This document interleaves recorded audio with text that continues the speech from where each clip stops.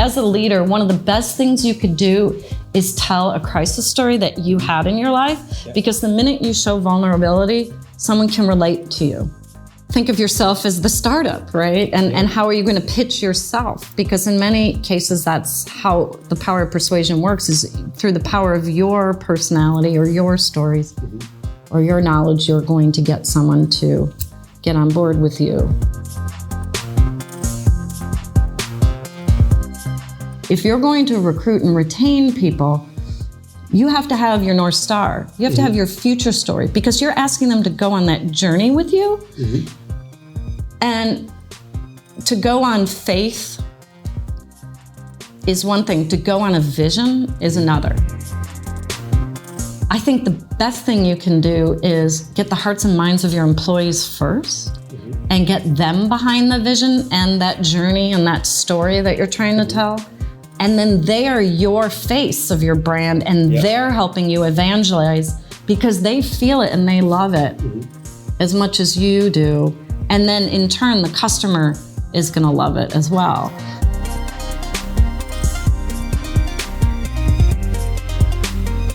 A lot of people know design thinking as a way to prototype, test, iterate a product. One of my big takeaways from design thinking was, how do you change the dynamic of collaboration?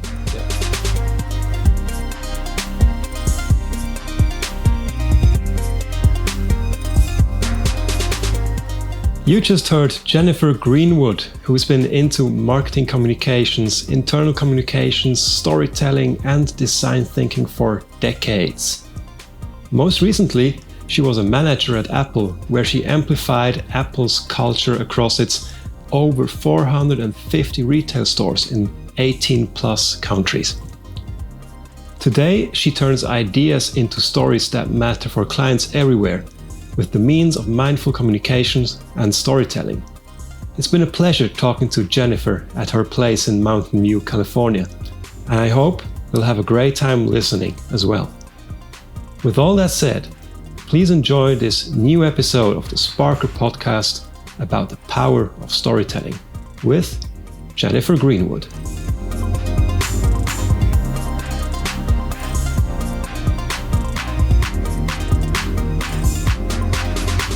Hi, Jennifer. Hi. It's a pleasure to be at your home. Thanks very much for having me and for donating your time, your precious time, to talk to me and the Sparkr Podcast. This episode is about the power of stories. And I think when I met you here in San Francisco, I thought you were like the perfect person to have a conversation with about the power of stories. And maybe just give us a short intro to what your story is, actually. So I've been thinking about this, and if I were to think of a through line through my life, it's probably curiosity. And that's what got me to thinking about storytelling as where I want to go next with my career. So if I would go way back, I grew up in the Midwest outside of Chicago, very typical childhood. If you saw any of the movies like 16 Candles or Ferris Bueller's Day Off or Home Alone, those movies were actually filmed in my town. And some of those kids were in the movies that I grew up with. So there's a reason why John Hughes filmed there. It was what you would imagine as a typical American childhood. What wasn't typical is my parents, from a very early age, instilled in me that you need to think about more than just yourself, and that there's an impact in the world that you can make. And one of the first experiences was they sent me to an experimental school called Martin Luther King Jr. Laboratory School. That's a mouthful. And it was named after the civil rights hero who died, unfortunately. And so from a very early age, I was exposed to different cultures, different conversations, and the thought that you should do more than just things for yourself, for lack of a better phrasing. And so combine that with, I was also very fearless and quirky child. And my favorite character when I was a kid was from a book called Curious George, and he was a little monkey. And so I thought I was a monkey, and I'd be hanging from trees and always hurting myself and just kind of being a curious little person. And that also informed my life, as I said. So curiosity led me to, I was very lucky that because my mom was a travel agent, we went to a lot of places, and I got the travel bug. And so in high school, I went to an exchange program in Spain, and that was the first time I probably understood that it wasn't, that the world didn't revolve just around America, right? That there were things going on, lives, people experiencing very different things. And this was Spain in a very interesting time after Franco died and fascism. And I was also there when there was an attempt on Reagan's life. So the first huge trauma around, attempted assassination. So travel and going by myself was something I always liked doing. And then was always involved in art and trying to go through this really quickly. I, again, grew up a very traditional Midwestern childhood, but I didn't like doing what other people did. So like a little bit of contrarian. Yes, exactly. Okay. Contrarian. And that probably comes from my dad, where it was always the question, well, why that way? Mm-hmm. Who said it have to be that way? Yeah. And having the curiosity to maybe not necessarily challenge, but wonder, just to wonder. And I loved sitting in that space of just imagination and wonderment. And so I got into art at a very, very early age. Both of my parents are in medicine. And I thought I would be a veterinarian for many, many years of my life, and even would lure my pets into the bathroom and pretend I was the doctor. And but art was always in the background. And so when I went to school, I found the most contrarian school possible. Because when you grow up in the Midwest, you're supposed to go to a Big Ten school with a football team and rah-rah with the pom-poms and the cheerleaders. And instead, I found, again, an experimental school in Colorado. There were less than 2,000 students, and we took one class at a time. And it was an immersive experience. And I would take classes like Black Religion in America or Renaissance music. And my background led me to major in fine art. But the great thing about a liberal arts college is you actually can't take too many classes in your major. Mm-hmm. So I just had all these great experiences. Mm-hmm. That was really fun. So just going with the flow, being in the moment was a lot of my life. And then I thought I wanted to go to architecture school. Mm-hmm. So did a summer program at Harvard. Yeah. At the Graduate School of Architecture. They called themselves the Graduate School of Design. And came back, I'm going to be an architect. And I interned at an architecture firm. And then just on a competitive streak, another woman who was interning applied for grad school. And so I said, I'll apply for grad school. No intention of going, but I got in. Mm-hmm. Oops. So I guess I got to go. So I went to grad school and pretty quickly realized maybe not. And I remember my dad telling me, it rang in my ear that he had gone to school for engineering but couldn't visualize in 3D. Okay. And I realized I had that deficiency as well. That's an issue. It's a big problem.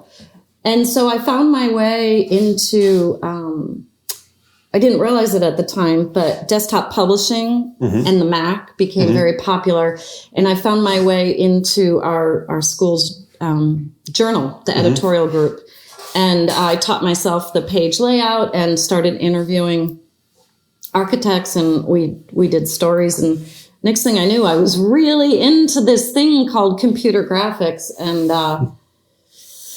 long story short, quit architecture school, went to the Czech Republic to teach English, and then came back. What brought you to the Czech Republic? Oh, okay. So just so there's the story. All right. So when I was in grad school, we were studying urban planning and architecture and the history. And there was a building they showed on the Vltava River.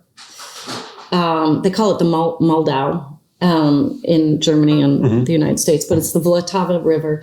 And it was this gorgeous building. And at the time, I was obsessed with the Bauhaus and the international style. And this building just stuck with me. And we didn't have Google and everything back then, but I came to find out it was this amazing building, and it just stuck in my head. So that when I came home after realizing grad school just wasn't for me.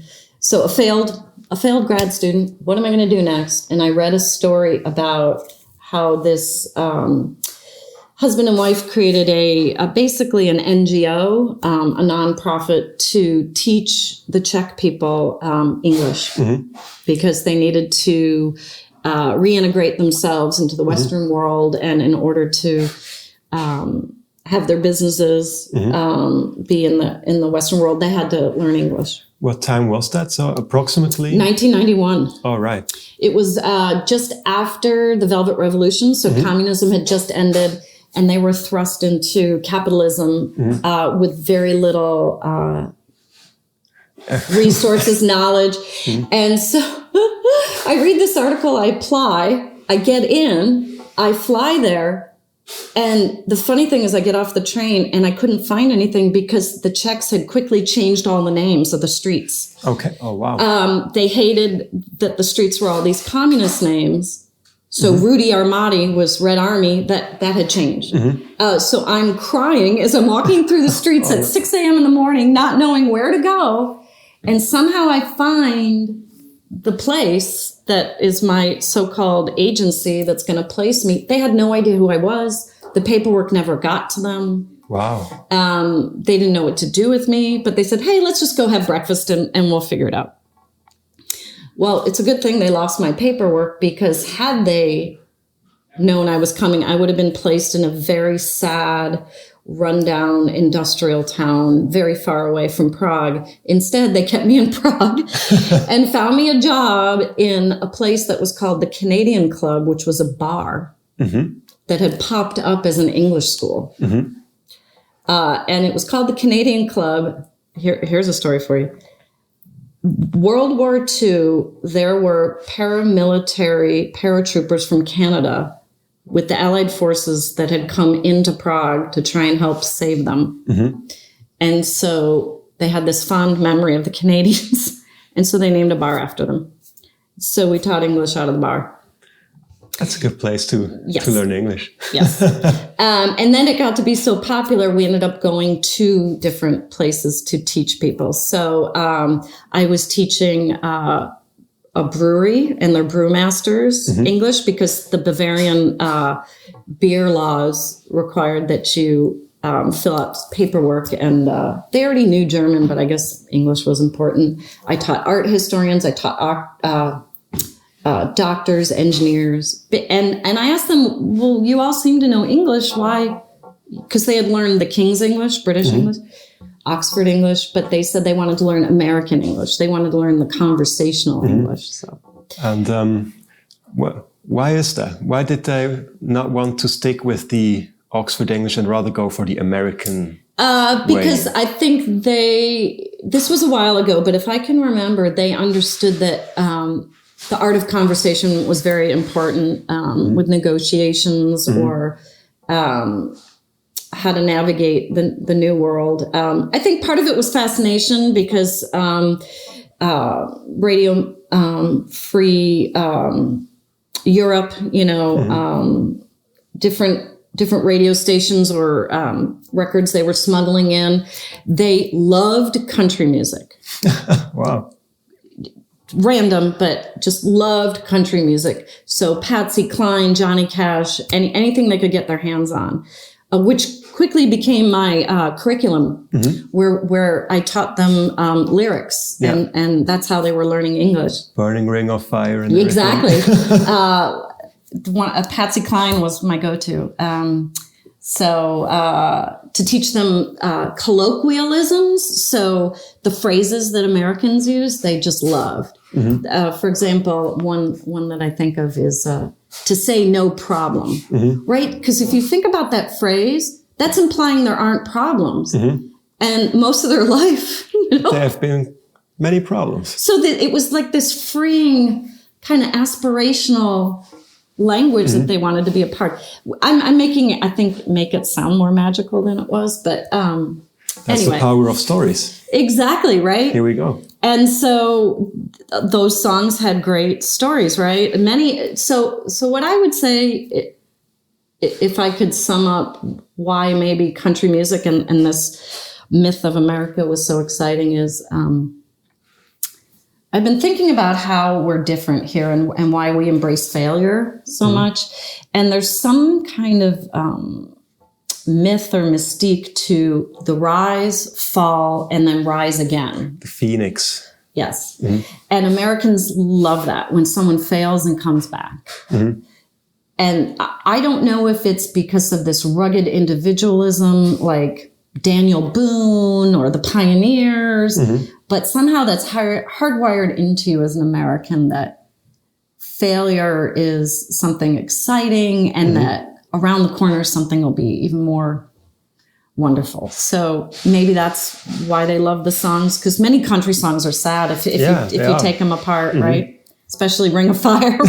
Johnny Cash's first marriage, was horrible. And then, he had the love of his life through an affair, but and what he had to do to get there. But in the end, he was happier, right? So that was my long way of saying I went to the Czech Republic and then I came back. And so when I came back, it was a funny time because I had such an amazing experience in the Czech Republic and had left feeling like such a failure from graduate school. But I came back to when the Chicago Bulls won their first championship, and Chicago came alive. Such celebration because, yes, we had a football team that had won once, but Chicago wasn't known for its winning teams. And Chicago had had several decades of really bad things happen. Riots, factories closing, violence. And so it was coming back to just this new chapter, and it was very exciting. So it was a great way to kind of get back into being there. And so what I decided to do was interview a lot of people and ask them how they had their jobs and what recommendations they had for me. And it pretty soon became clear that I wanted to pursue graphic design, and I went back to school. So I had an undergrad, half of a grad program, and decided to do another undergrad in graphic design. And a couple semesters in,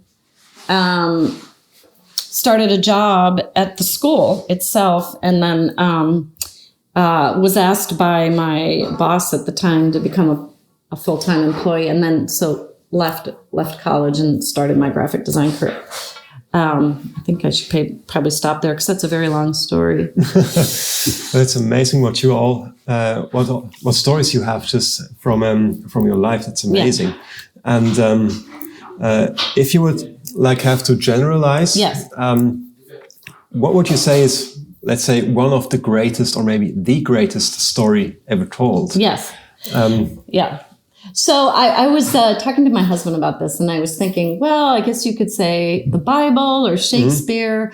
But if the first thing, I like to think, what's the first thing that comes to mind? And for me, instantly what came to mind was Martin Luther King's I Have a Dream speech. Yeah. And I thought to myself, well, why? And it's probably because I was steeped in Martin Luther King as a child, having gone to a school named after him, but also it's the story of promise of the future. Yeah. Because when he talks about I have a dream, it's the story of his children and what the possibility for them could be. And that to me, the optimism there, even though what he was speaking about seemed so far off and impossible for so many people, and they had come out from such horrible violence within a few years of what he was talking about. Riots and horrible police brutality, and he had even been imprisoned. But just that story of what it would be for his children, the dream he had about that. And so for me, the best stories are ones that also have a future story. Yeah. And there's one thing that comes to my mind. My next story is question is going to be how do you craft a great story, or what makes a great story great? What are the building blocks? Yes. And maybe I want to give it a little nudge towards a certain direction. Okay.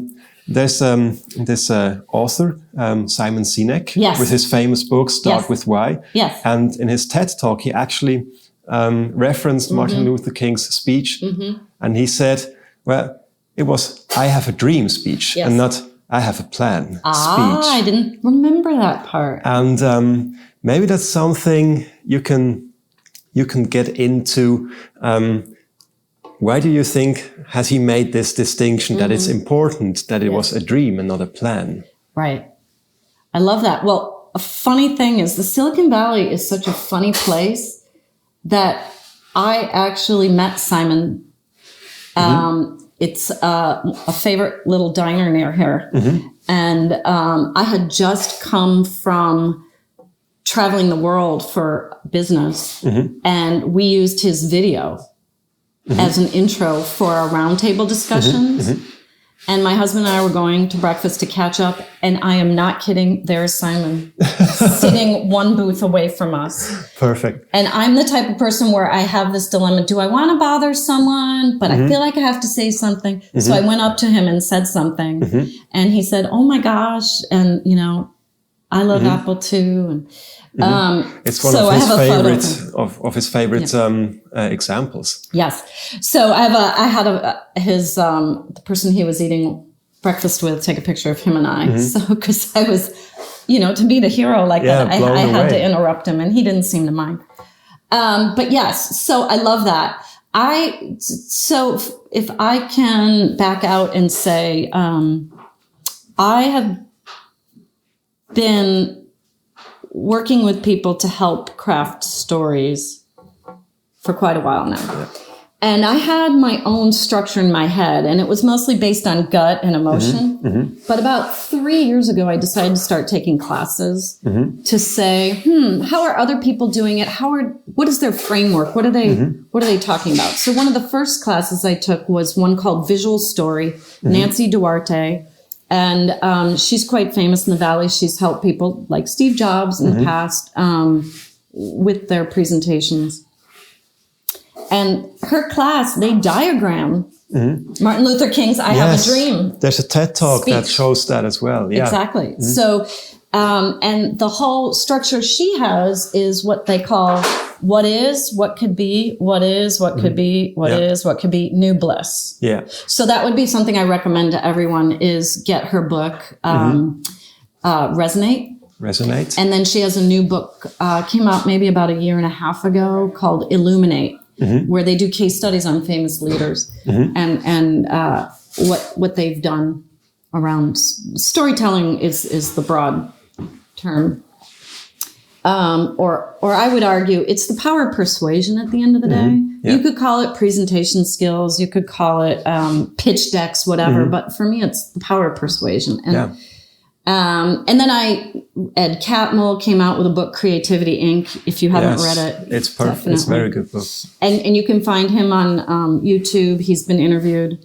Actually, down the street, Computer History Museum has a great series that he was at. And then Robert McKee, who's a famous Hollywood screenwriter. I took his class recently called Storynomics. And so I've been collecting all these frameworks. And then about 1 year ago, I befriended a animation director from Pixar, and we've been talking about this. So this is my formula. And, hire me if you want. But basically, this is what I walk people through is there's your founding story. And many people leave, or your origin story, many people leave that on the table, so to speak. So if you go to a website and under the About page, it's only your products or only your feeds and speeds, as we say in the Valley. But it's nothing about you and why you started.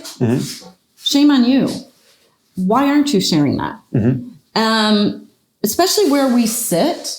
We are just down the street from where NASA was founded. Yeah. We are just down the street from Google. WhatsApp, the inventor, is from Mountain View. Steve Jobs, first child at home, right here, right? So the origin stories are the garages, right? Yeah. Hewlett Packard, Apple garage are within 2 miles of here. I don't know how many kilometers, but you can do the math. Yeah, so, but founding stories are so much a part of what makes you great, right? So there's your founding story. And then there are signature stories, right? So it could be, in the case of Apple, the Macintosh, right? 1984. Or with YouTube, you name the company, right?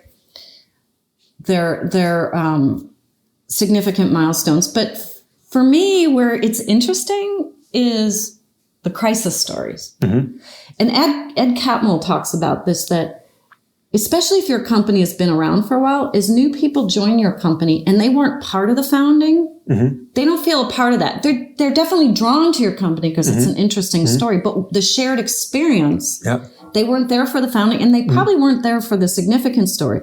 But if you all are there when something goes wrong and you had to learn from it, and we like to say there's like a bunker mentality, you know, in the military where you're there together and you get through it, then you now have a shared experience to go from. Yeah.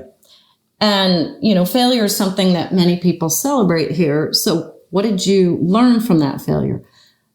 For me, if you're going to, especially now where many people are speaking about millennials and the younger generation, if you're going to recruit and retain people, you have to have your North Star. You have to have your future story because you're asking them to go on that journey with you.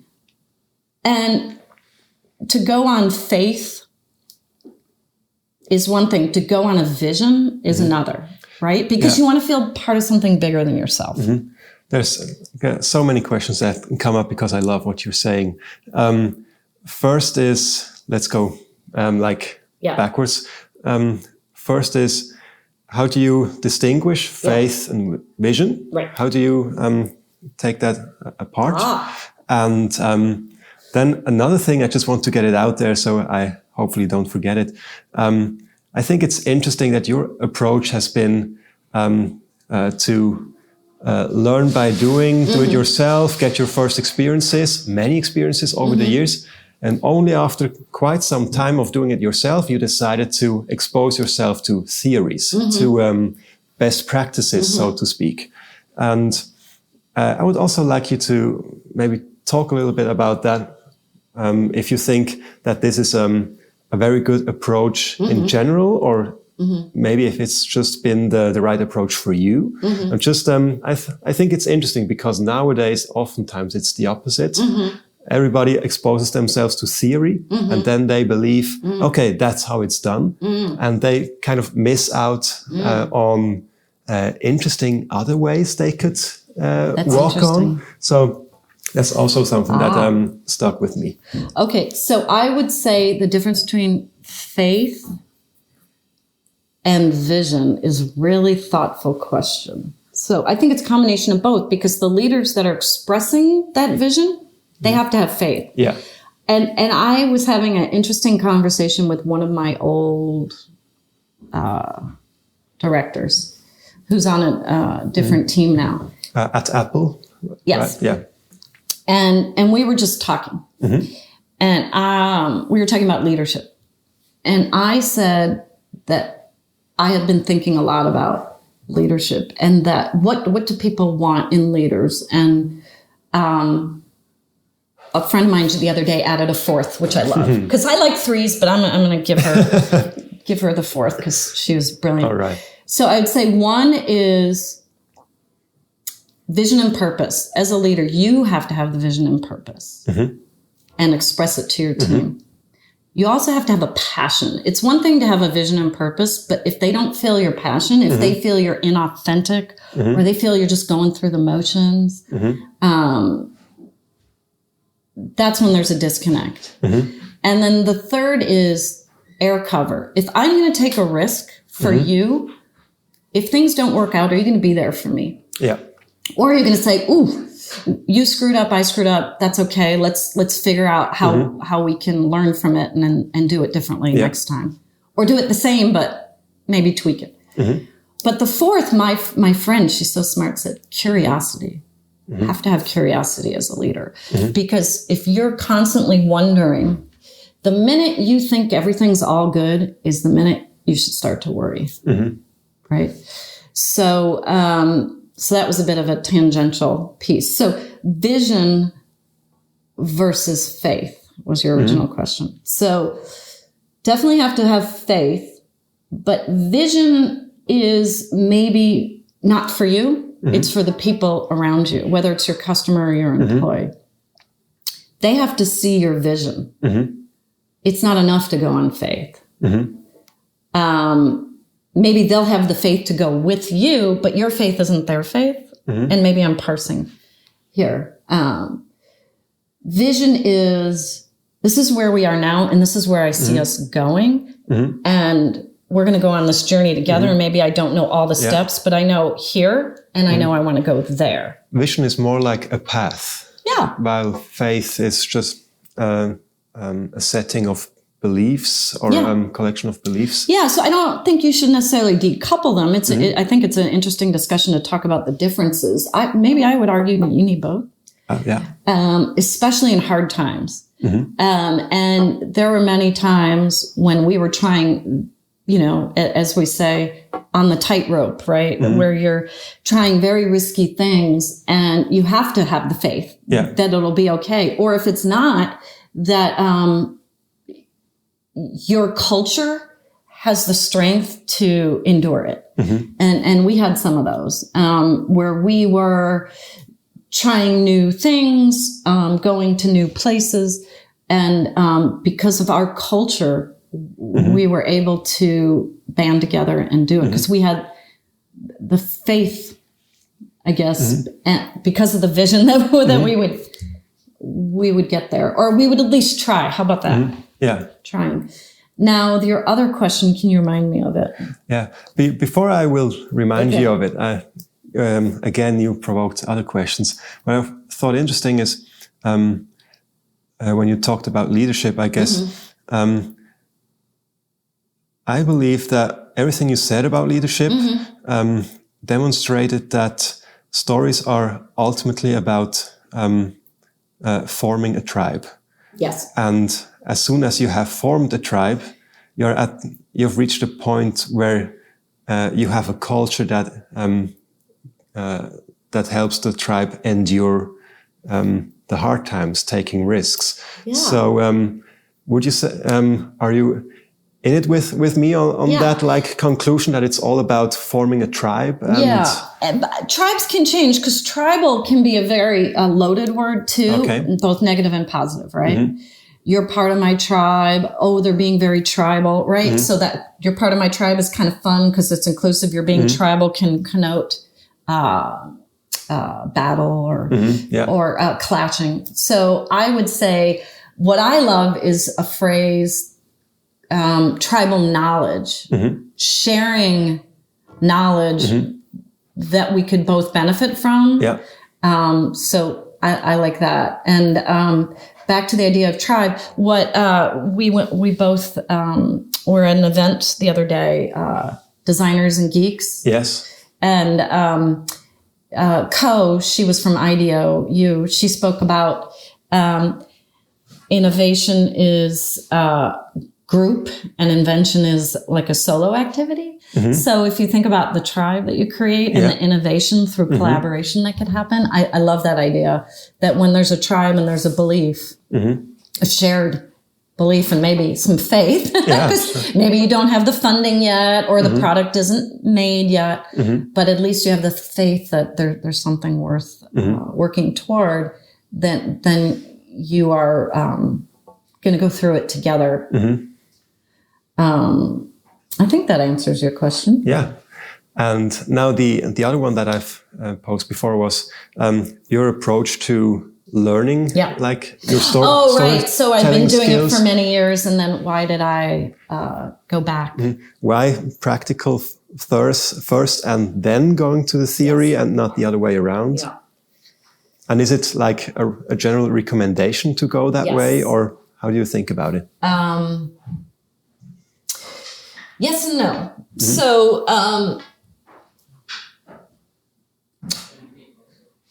how about yes and yes instead of yes and no? Because no is it's not no. Yes and yes. So I would say you definitely want to study the masters. And it's great when you're young to be learning from others and hearing their experiences. And maybe, for example, you want to be a doctor one day. And you're 16 years old. So like me, when I was that age, I volunteered at my veterinarian's and saw what it was to be a veterinarian, and then learned what it took to become a veterinarian. Very eye-opening. But if you learn from the masters, first of all, you have a lot of experiences to learn from and different approaches. And there's a lot of, what's the word? Sorry, I'm blanking on a word. There's, you don't have a point of view yet, right? Yeah. And so it's so great to, in the case of what I did for many years is I traveled, I studied the masters, I took a lot of classes. And then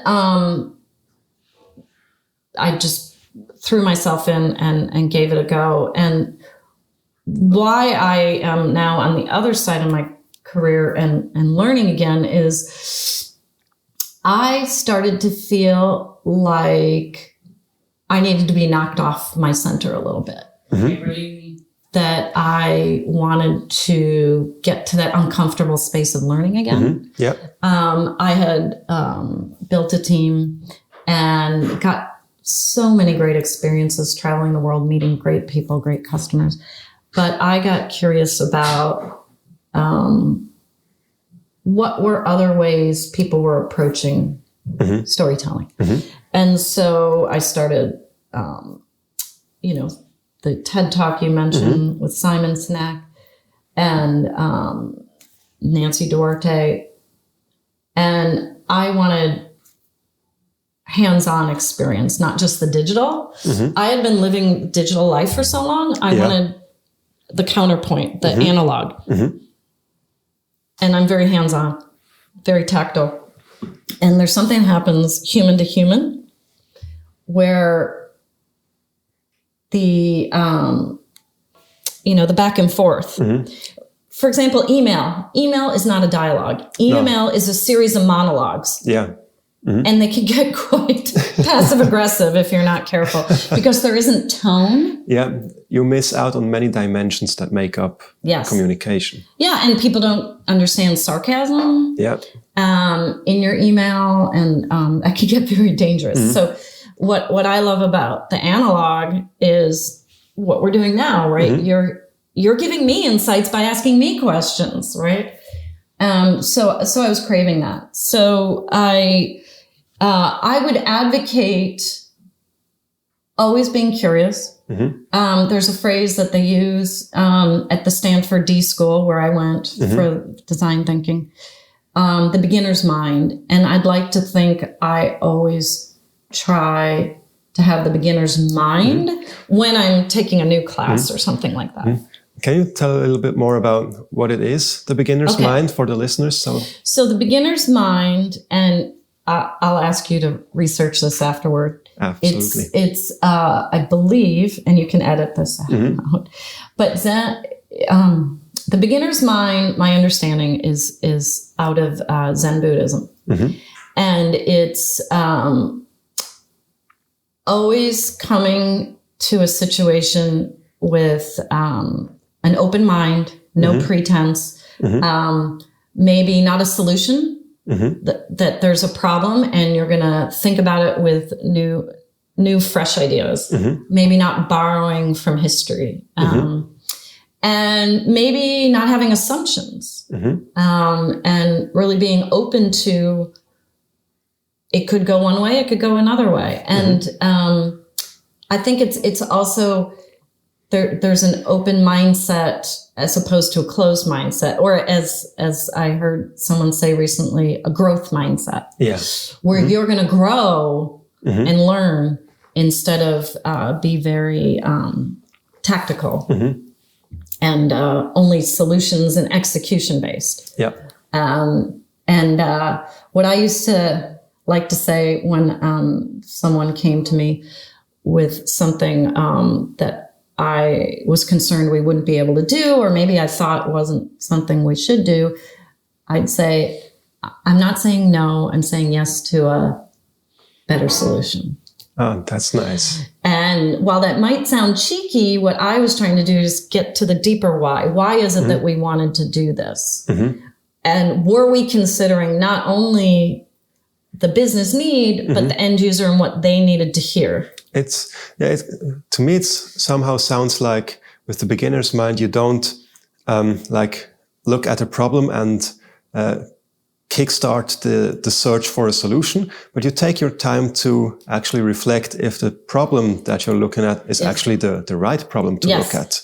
So you take more time to consider if you're actually looking at the right problem before rushing your way to maybe a not so reasonable direction. And I think that's why so many people like these true crime shows where at first you think the murder was committed by one person, but the more they investigate, it takes a different turn, right? So if you take that beginner's mind stance, you're not going to...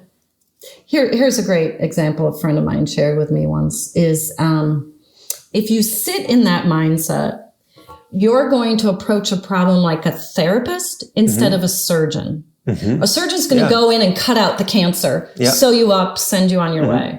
Whereas a therapist is going to say, tell me more. Let's talk about this. Have you thought about this? And then you go away and you think, and then you come back and you and the therapist are having more discussions. And it may take a little longer to quote unquote cure you or for you to feel like you're steady and can feel more confident again. But chances are you reach the real source of the issue and not just the symptoms. And maybe you didn't even know what the problem was, but it was through the talking that you say, wow, I didn't realize it was because I was still holding on to, something that happened in my childhood or something like that. My dad's a psychiatrist, so of course I'm going to use a therapy example there, but sitting in the problem and being okay with it might be uncomfortable, it might be awkward, you might actually have some difficult conversations, but in the end, there's a solution that is better for the product, for the customer, and for the person that's hearing it. Whether that's the employer or the customer. The other thing I would say is the piece around empathy. And that's something we use a lot in the Valley, user-centered design or use empathy to understand. And I've been thinking a lot about the word empathy. And if I think empathy, I say, oh, poor Christian. I feel bad that he got lost. I would argue, is it compassion that you need? Because compassion, if you heard Ko, when we were talking to her after the lecture the other day, she said how she has an employee who tries to fall in love. Yes, that was beautiful. With the customer or the client. Yeah.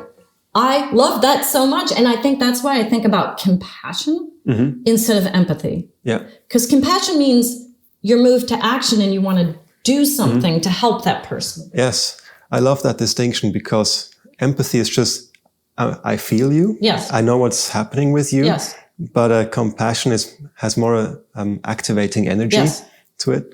Yes, I love that. Yeah, and I think that's why I've gone from...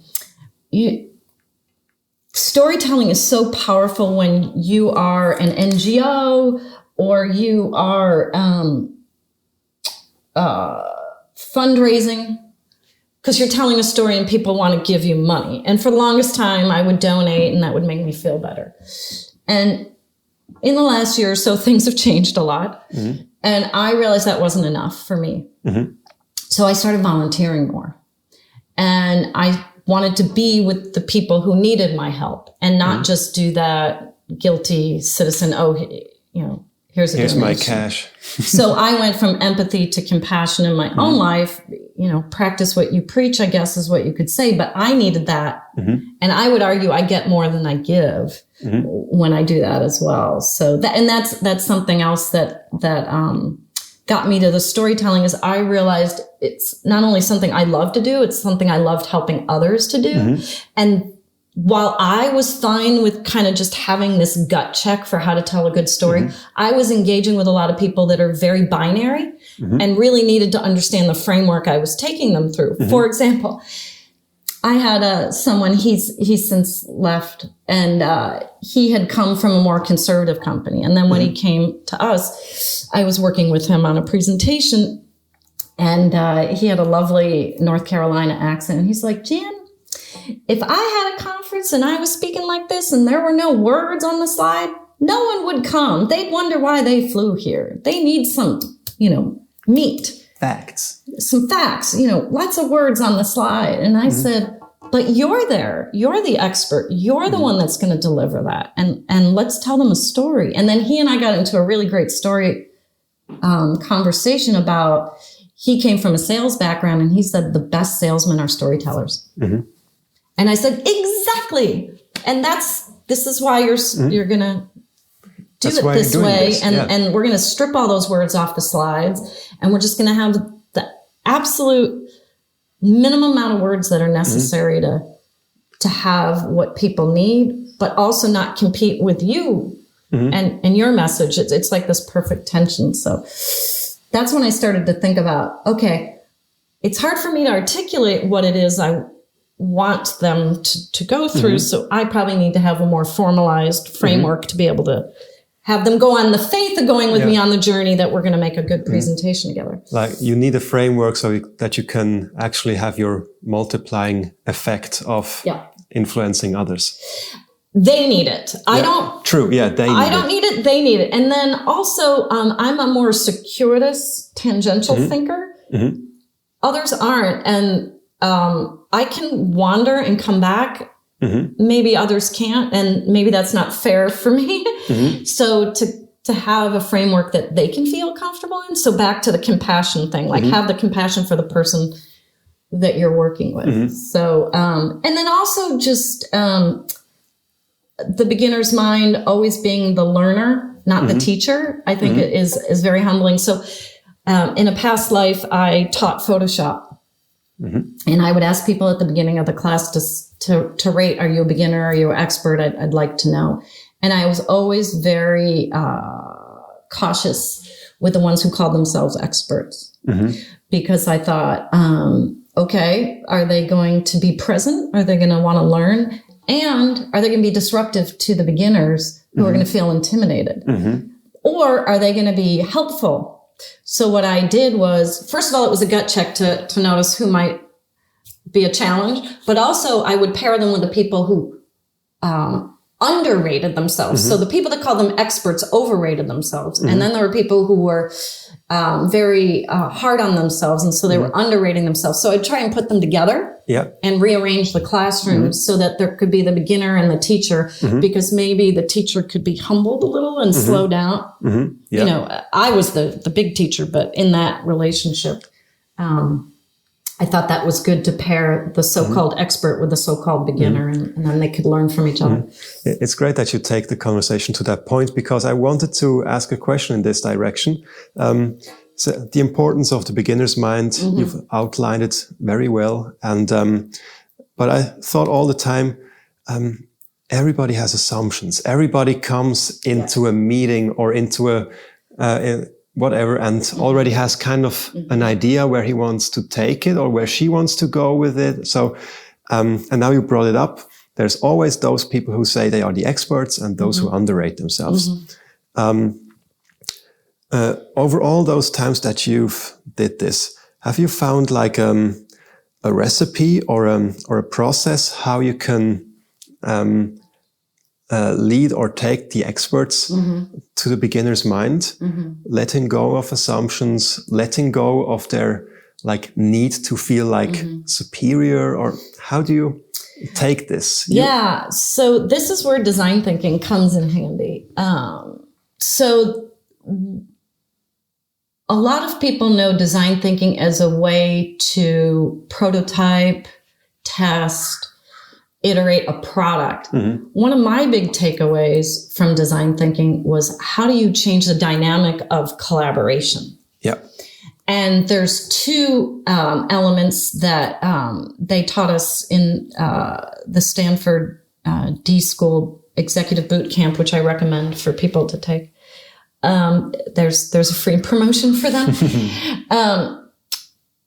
One is the concept of posture, and the other is the concept of environment. So both my husband and I have led and lead design thinking workshops within our workplaces. And I'll give you two examples. One was where it didn't work, and one was where it worked. So one thing you want to be mindful of is when you get very excited around design thinking or some new concept, but you're coming back into your company and they haven't experienced that, they're still who they are. You might be changed and super excited. And if you try and impose that new framework on them, they're going to say, can we just get back to work, or just kind of shut you out? And so I experienced that with someone who came back super excited, and they had the sticky notes and the Sharpies and the boards, and we're going to do this. And it almost felt like in America, like what we call summer camp, right? Where, yay! You have to understand what those people need out of it too. So what I learned was, that's all great and it's very exciting. We're going to collaborate with sticky notes and Sharpies and come up with fun ideas. What I did was, when I had a workshop, I would make sure to get to the room very early. I would have nice music playing. I'd maybe turn down the lights a little bit. I'd have a welcome slide, or, just say welcome. I made sure they had everything they needed. So the water, the notebook, their table, we call it table tent, their name sign. Yeah. So that the minute they walk in, it's frictionless. They can already tell it's going to be fun, because meetings, not always fun, right? Yes. You're too busy. There's another thing to do. Instead, make this something for them to look forward to. So that's the environment. And then the posture is humility, being humble, understanding they might not want to be there, but maybe you can help them make it the least stressful event of the day, and hopefully maybe even a little interesting, thought-provoking, and fun. So one thing I learned with posture was, especially with maybe folks who are executives or very busy, is start by asking what they know, what they hope for, before you start at all. Get it out of the way so they can let it all out, be the expert for a couple of minutes, and then... Well, also, how about they probably have something really important to say, and if all you're doing is presenting to them, but you didn't ever ask them what they wanted or what they needed or what they thought, and they're probably the person that gave you the request to begin with, maybe you're also checking, oh gosh, am I a little off? And you have a little time to kind of rejigger what you were going to present to them too. Start by getting everybody on the same page. Yeah. By letting them speak. And showing some humility. The other thing when you talk about posture and environment is, if you have everyone standing and there isn't someone in front of the room, I am the expert, and then you're all sitting, except the extreme extrovert, that person standing at the front of the room is nervous and feeling like everyone's judging them. And all the people at the sitting around are hoping, gosh, I hope this is worth my time. So there's already this kind of icky tension. So if everyone's standing and there's music and maybe even have a little bit of food, for me, it's always about the food. Have a little food, because the social element at the beginning, and in many other cultures around the world, breaking bread, as they say, is very important before you start the negotiation. So one of my favorites that was done successfully is, I had realized from other workshops we had done, there was kind of a cold start, or as they say in theater, a cold open.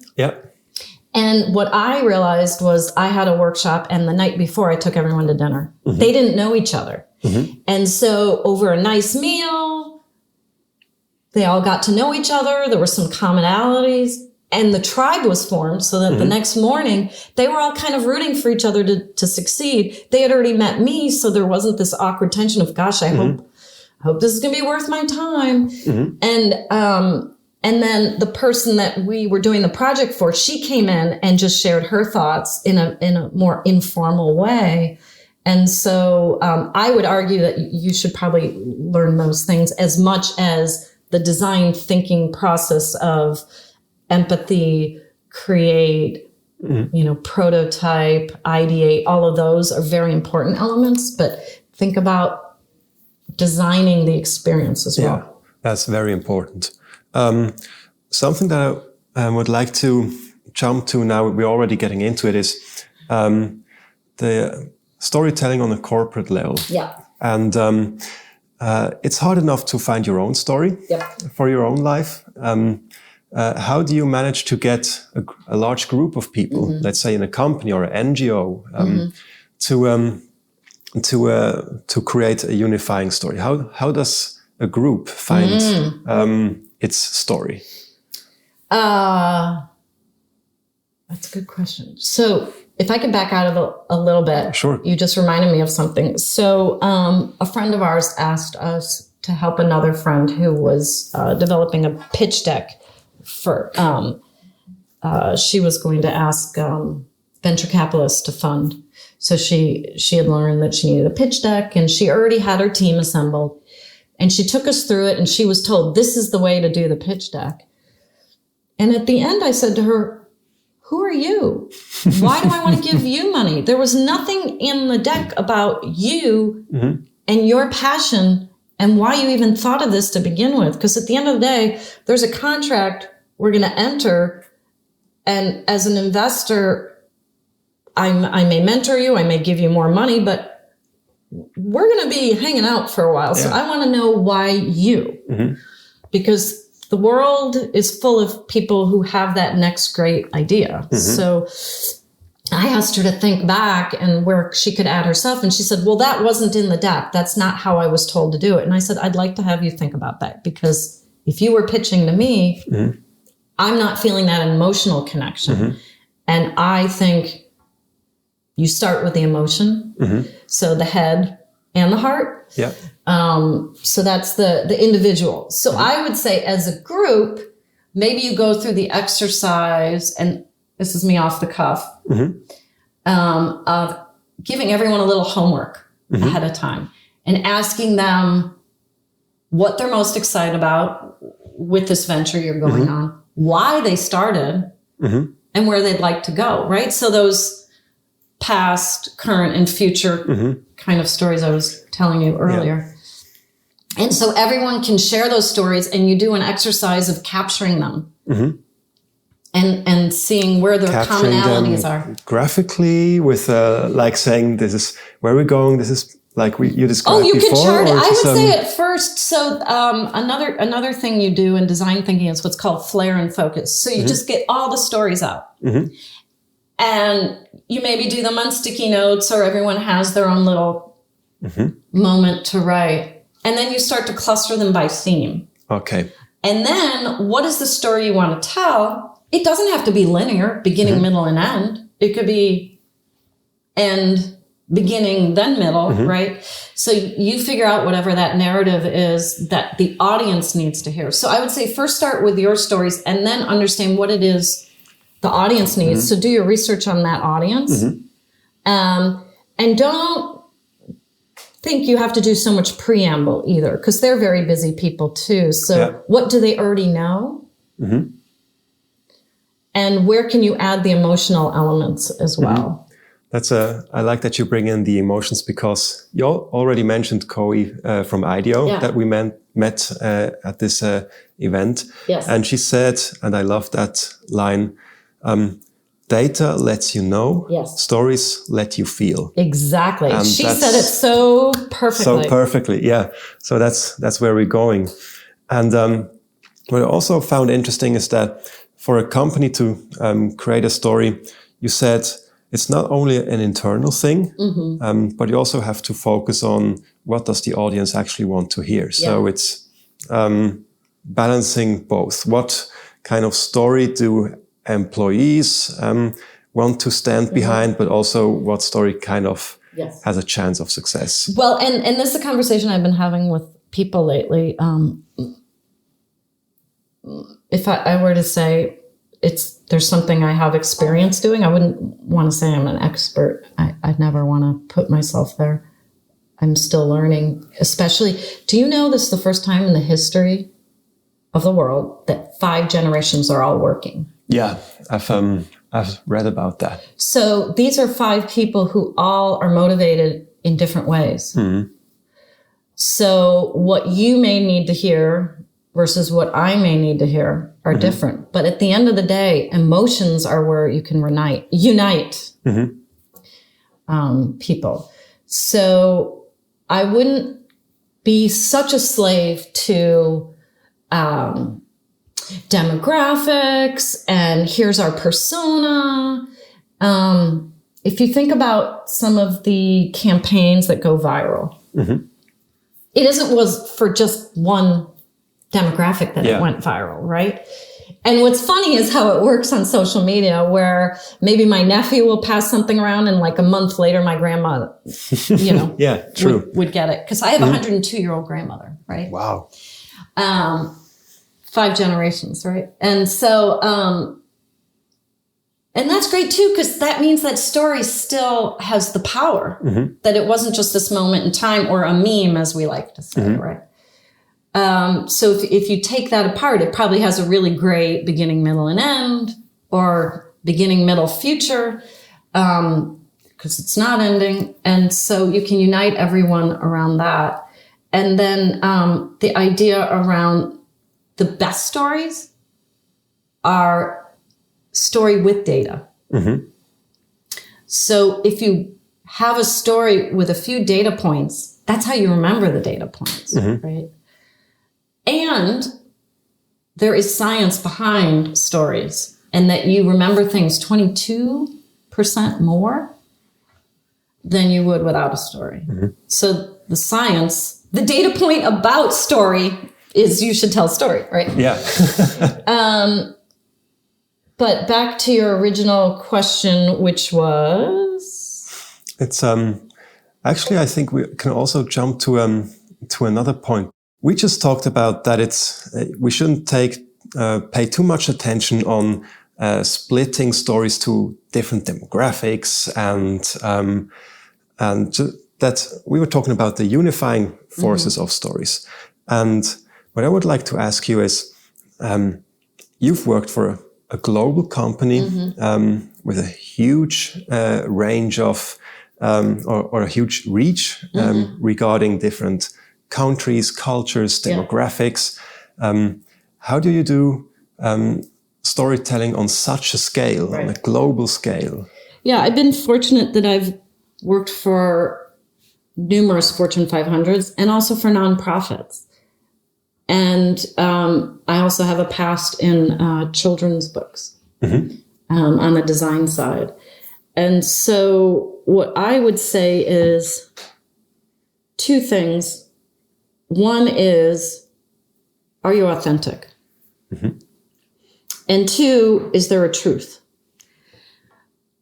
it's one thing to come up with amazing marketing copy about a product. Mm-hmm. When you're talking about a person,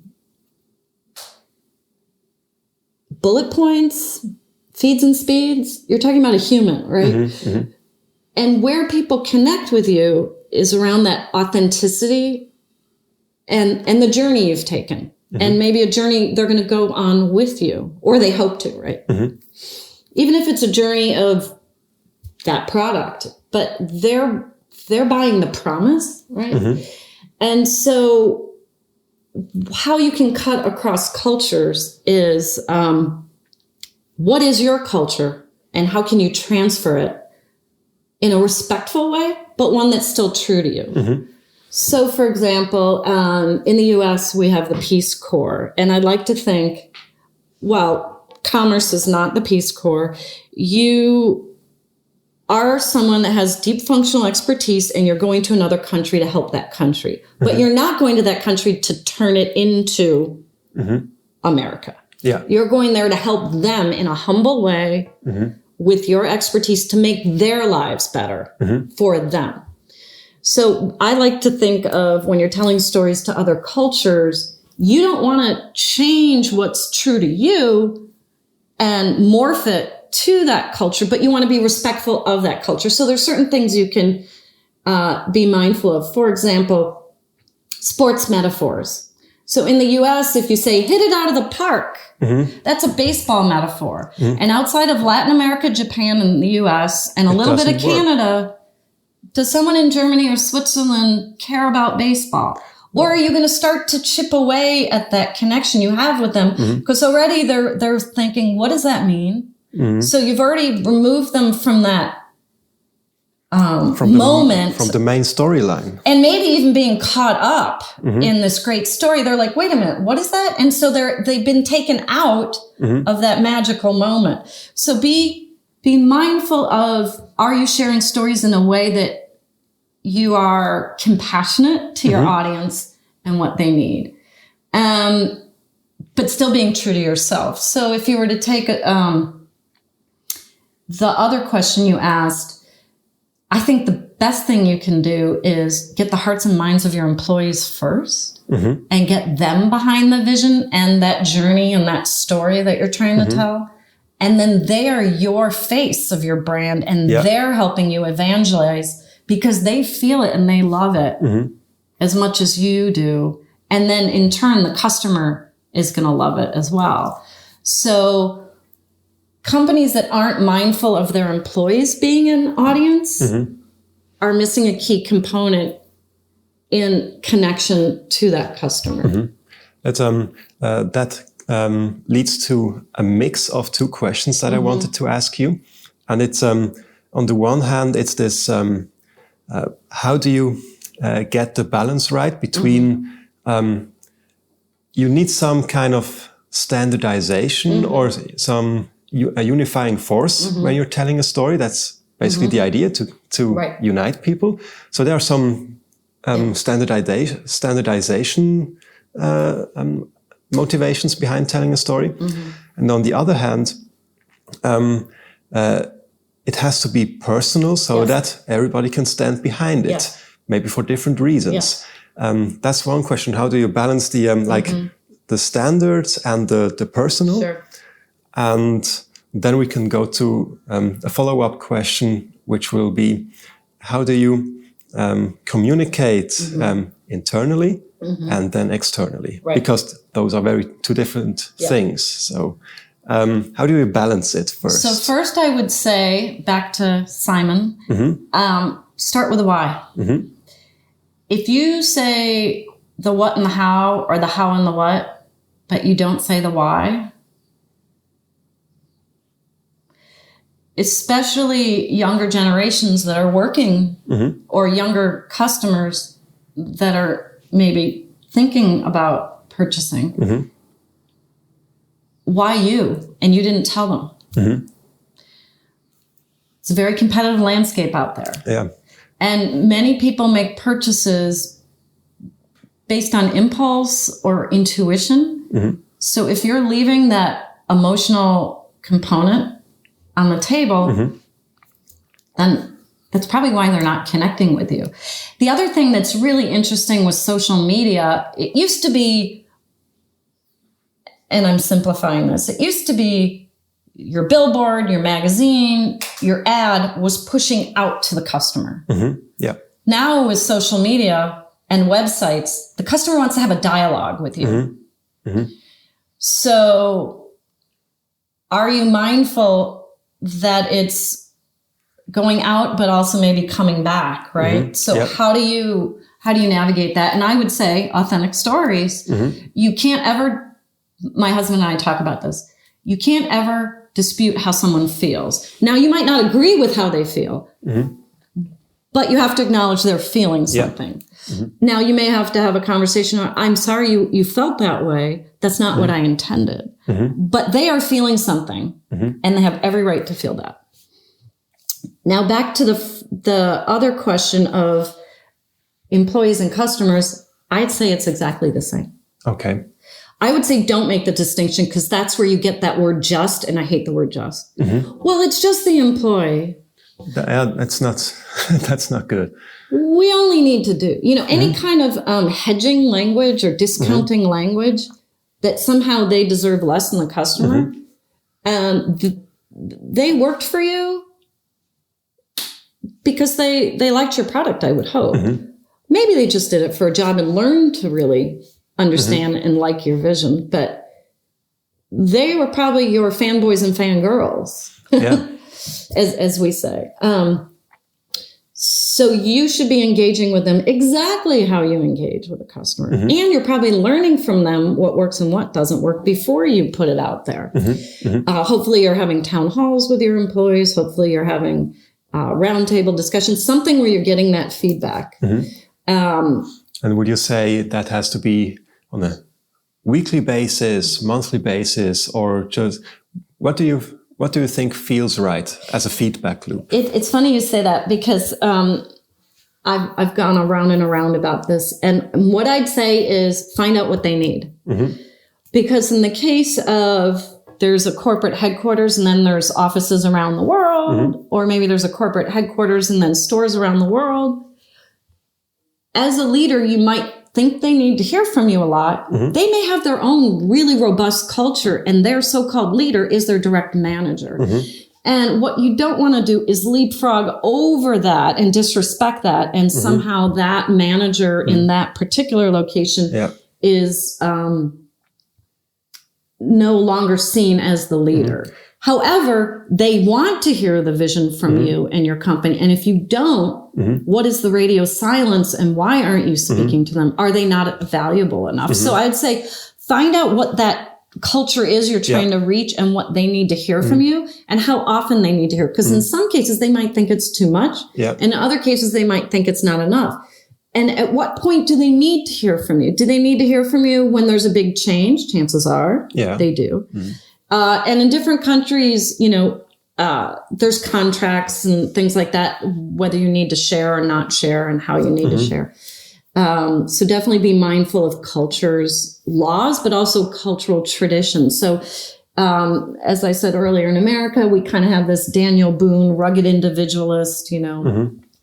I don't need a lot to get started. And in others, they need time to process. They maybe want to ask questions before they have to be pushed to that change. Mm-hmm. So I would say be mindful of that. So to wrap up, I'd say your customer and your employer are the same. Mm-hmm. I guess still you need some time difference. Mm-hmm. I guess you don't want to announce a product at this to the customers at the same time as you do to sometimes you have to, especially in the valley. Mm-hmm. Sometimes you have to, especially in the valley, when it's very competitive here and things are very secretive. So mm-hmm. sometimes the employee hears at the same time as the customer. Oh, okay. And that's where you have the promise and the faith, mm-hmm. right? That it's going to be okay. Mm-hmm. And that employee is as excited as that customer. Mm-hmm. So I could name countless ways that's happened in the valley where the employee is just finding out at the same time mm-hmm. as the customer. But in the ideal situation, maybe if there's change management or something that's going to be different, mm-hmm. ideally you'd want the employee to learn, have some time to think about it, ask questions, and then get ready for the customer. That would be a great solution as well. So I guess it depends, because sometimes if the customer finds out ahead of time and you're not ready, it's not great. But at the same time, if it leaks, the magic isn't there. Yeah, everybody's on the same page. Then everyone knows. Yeah. And then your story wasn't told in the way you wanted it to be told because someone else told it for you. Yeah. Because it leaked. A factory shared a photo or someone hacked your servers, like in Hollywood or whatever. Yeah, we all know those leak stories, especially with iPhones or whatever. And everyone's being hacked now. Yeah. The government, everyone. So I would say that maybe that's even more reason to think about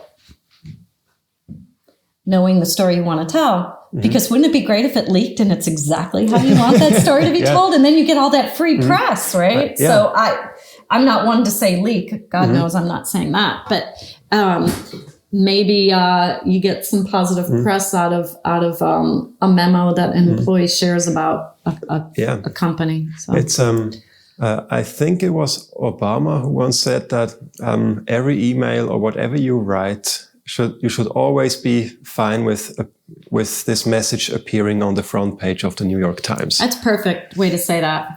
I think that sums up the issue very well, because you have to assume that at some point something is going to leak, and at that point your employees better be happy or excited about what they are doing, because otherwise you're getting bad and maybe press. it's not leak, maybe it's you accidentally sent something to the wrong person. There's a great phrase I learned: assume positive intent. Yes. I would say if I could share anything, that's probably the best way to move forward in a bad situation. Just assume positive intent, that they didn't intend to be damaging. They didn't intend to be malicious. And then find out. Say, help me understand why you did that, why that happened. It's actually very interesting, because in another episode of this podcast, I've talked to a friend at Facebook, and he told me the exact same thing. Start with the assumption of positive intent, because it leads to more constructive conversations. Yes, exactly. Yes, and conversation, and not yes, but. And then you look for issues why it won't work. And that's the closed mindset instead of the growth mindset. And that, just for people, if they want to understand more about the closed mindset versus the open mindset, there's a TED Talk with a professor, Carol Dweck. Perfect. And she talks about also not yet, right? Like the idea of you're not failing, you're just not yet there. Yeah. I love that. Yeah, that's beautiful. Rewiring yourself to have a positive mindset, I would say too. And that's been a lot of work for me personally. Yeah. Because I come from a family, from a culture, whatever, where maybe it's not always assume positive intent. That it's, what happened? How are we going to get out of it, right? It's like an evolutionary reaction. When something goes wrong, it's the... fight or flight. Yes, exactly. Yeah. And so that's your natural inclination. So what can you do to rewire yourself? And you were talking about your gratitude journal, which I love. And that's something I started to do, is even on the hardest day, can you think of 3 things that were awesome that happened that day? Even if it's someone held the door open for you, or you ate something that tasted really great. Yeah. There's always something you can be very positive about. Even if it's the worst circumstances, if someone said a kind word, you have to find 3 things. Or maybe traffic was a little better that day. Yeah. In LA, where it's always bad. Maybe that day it was 5 minutes less. Right? Yeah. So the half full versus the half empty glass, right? Yeah. So it's I'm loving this conversation, and slowly, I would say we're going to come to an end. Yes. You've already spent a lot of time with me, which is great. I love it. So I would like to kind of enter the last chapter during the whole conversation, you already gave many tips of what kind of TED Talks people can watch or books they can read if they want to learn more.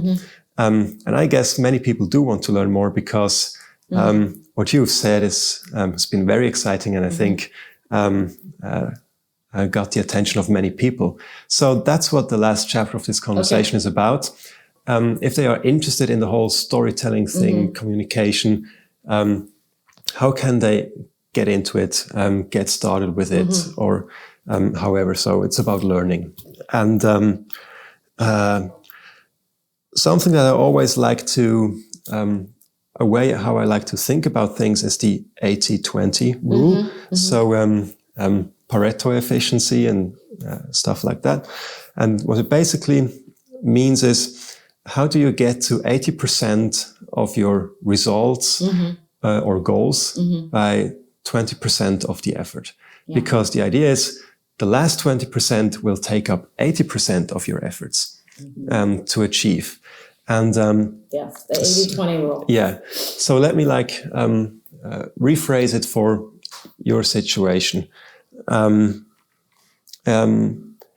If you were a beginner and you would like to reach 80% of a professional's level with only 20% of the time a pro has, we might think of a scenario where the two of us have 1 week together, can spend maybe 2 hours every evening.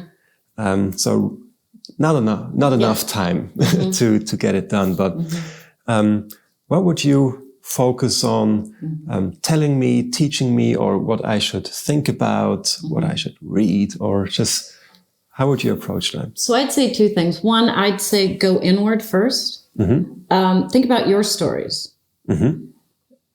Think about the framework I was talking about. What's your origin story? What are your signature stories, crisis stories, and your future story? And think of yourself as the startup, right? And how are you going to pitch yourself? Because in many cases, that's how the power of persuasion works, is through the power of your personality or your stories or your knowledge, you're going to get someone to get on board with you. So I'd say go inward first. And then conversely, I'd say be the data point is the phrase I like to say. So yes, the TED Talks, yes, the business books, yes, the classes. But for me, and we were talking about this before this podcast, serendipity. Yeah. The journey. And the journey with a loose plan, but not an exacting plan. So definitely taking a trip, you're going to go to San Francisco. Maybe you looked into a place to stay. Maybe you've decided you want to see the redwood trees, the Golden Gate Bridge. I would say leave yourself time for serendipity. Get lost, literally. Not get lost like get out of here, but get lost. Take a wrong turn because you're going to need other people to help you to get where you need to go. Or maybe they invite you in and now you have a new friend and you're getting a new story. And there's something about traveling by yourself, even if it's you have to go to a meeting and you get lost and you get out and ask someone for directions. There's an opportunity there to learn something and really get to know someone. So I have so many great stories like that of how I got lost traveling and how someone helped me and I got a friend out of it. So it forces you to be in an open mindset and vulnerable. And that's something else I haven't talked about. As a leader, one of the best things you could do is tell a crisis story that you had in your life, because the minute you show vulnerability, someone can relate to you. So I would say if you're looking for those kinds of stories, and the Valley's filled with them, read up on people who literally crashed and burned and came out of it and came back stronger. So many of these serial entrepreneurs here, their first, second, or third company was a failure. And they learned from it. So I would say learn from them, but also learn from yourself, because nothing beats an authentic story and an authentic experience. And someone taught me a really interesting technique recently, that if you're going to tell someone about your skills and your experience and, you know, what you can bring to that company or that product, if you start with, instead of a bulleted list. You start with the phrase, I remember when. Yeah. Think about that. So now you're going to go into a story. My favorite podcast lately is Masters of Scale. Yes, with Reid Hoffman, yeah. the co-founder of LinkedIn. And he interviews people. And there was a great one with Sheryl Sandberg. And I just listened to one with Brian Chesky, who's the co-founder of Airbnb. And they all tell amazing stories. And there's failure, there's success, there's scaling, there's all kinds of lessons out of it. But there's often a vulnerability in the story, that they didn't know something or they were humbled by something and how they learned from it. And they, as they say in the Valley, maybe they pivoted from it, right? So I would say, make sure you have your own experiences as well. So I remember helping to interview some MBA candidates once. And I was so looking forward to meeting a woman. Her resume was amazing. It was the most boring hour of my life. She didn't have her stories. So I tried to get some out of her. And that's when it was amazing, is when I asked her to explain to me a time that she experienced a certain interaction. And that's when finally it went from bullet points to a real human with real needs. And she gave a great insight as a result. But my Lord, that first 45 minutes or so, I was like, oh. That's I would say that's a sign of being insecure when you try to stick with like the common path. Yes. And as soon as you reveal personal stories, we're back to this vulnerability aspect again. And I would say, if you worry too much about being part of the tribe, it's not going to work. And you're worried about fitting in too much. When I was building a team and hiring people, I had a VP at the time who was very funny, and he said, think about when you're interviewing people, say to yourself, if I'm on a long layover at an airport and I've got about 4 or 5 hours with this person, and am I going to want to be with them? That's good. That's right? Good. So think about that. Think about unbelievably qualified, great. As far as experiences and skills, at the end of the day, there's a EQ. Have you heard about EQ? Emotional intelligence. Yeah. What is it that you bring? And I had a young designer ask for advice recently. And he said, what advice would you give a young designer? And I said, be interesting. And your experiences should not be borrowed. That's not you seeing a video or reading a story on YouTube. That's you having the experience and then sharing it. So digital is amazing. And I love all my products. I love all my social media platforms. It helps me keep up with the world. I need to go out and create some experiences as well. So, absolutely. And this was kind of a to-do list, or just things that you recommend to do. And I'm a great fan of Tim Ferriss, who does an amazing podcast. And he also has this idea of let's think of a not to-do list. What are the things that you definitely should not do? And you have so many years of experience looking back. What are the things that you believe? Those are things that I recommend people just not to do. Save time and focus on something else. I actually would take it a little bit higher. All right. And I'd say make sure you have time to have boredom. Because boredom is where creativity happens. Yeah. So maybe leave your smartphone or your whatever your digital wearable is of the day. Your whatever screen it is that you're used to having, forget it, intentionally or accidentally, and just maybe wander down a road and be a little bored and your mind wanders. I would argue that's where the best ideas happen. So now my husband and I were talking about, what's that only time left anymore? It's in the shower. Yeah. And how many times someone had a great idea in a shower? I know I worked for someone where we're like, oh, he was in the shower again. Here we go. He had such great ideas. And he would say, I thought of this in the shower. So how many more shower moments can you have? Yeah.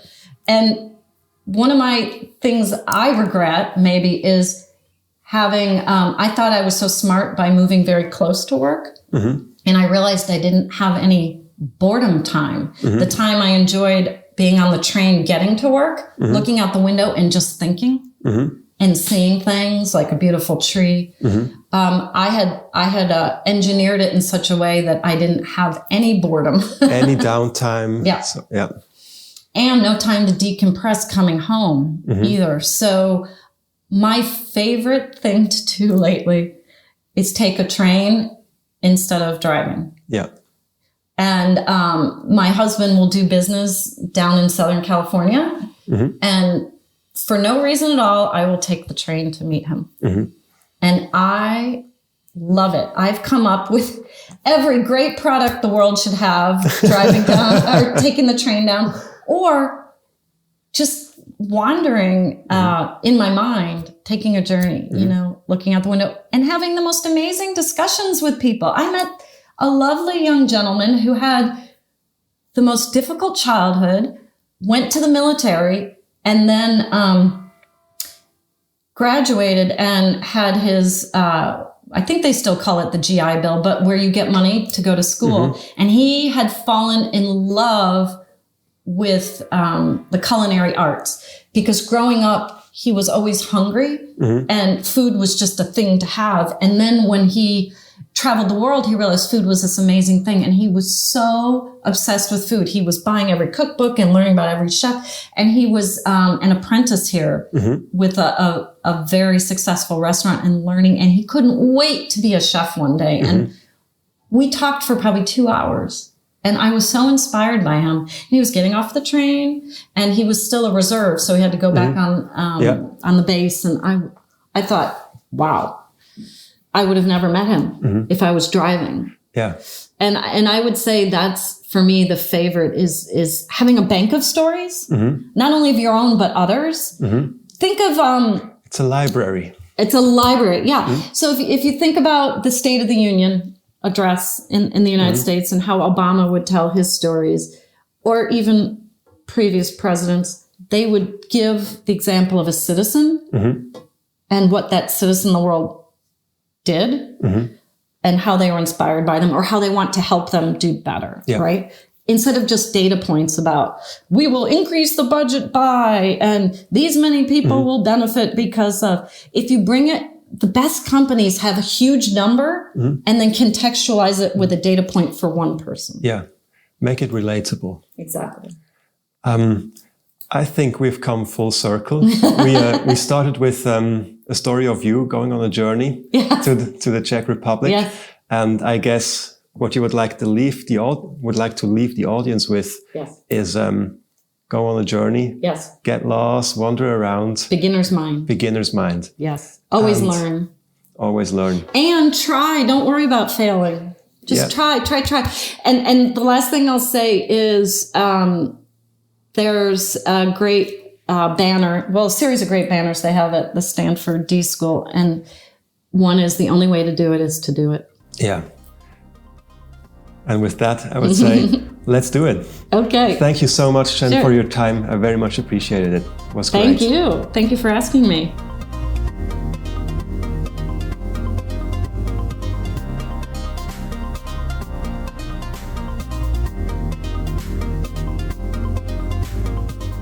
This is it, dear listeners. You've reached the end of this inspiring conversation with Jennifer Greenwood. To catch all the books and videos mentioned in this episode, please visit my blog where you'll find it all. It's sparkr.ch/blog. Once again, sparkr.ch/blog. Besides links to this episode's content, you also find other episodes of the Sparkr Podcast where I'll talk to outstanding people and organizations and dig deep to unveil their insights, mindsets, and factors of success. For example, you can learn why Facebook's culture is its ultimate performance hack, according to Timo, who I could interview right at Facebook's headquarters in Menlo Park. Or in one of the upcoming episodes, I'll talk to a super successful business angel who's invested in multiple unicorns. His track record is simply astonishing and amazing. With him, I'll talk about his approach to risk, how his investing process works, or what major shifts he sees coming up in the future. So make sure to subscribe to the Sparkr Podcast in iTunes so you won't miss this next episode coming out soon. With all that said, be a beginner again, enrich people's lives with great stories and inspire the world around you. Have an amazing day, and we'll see each other again when the next episode of the Sparkr Podcast arrives.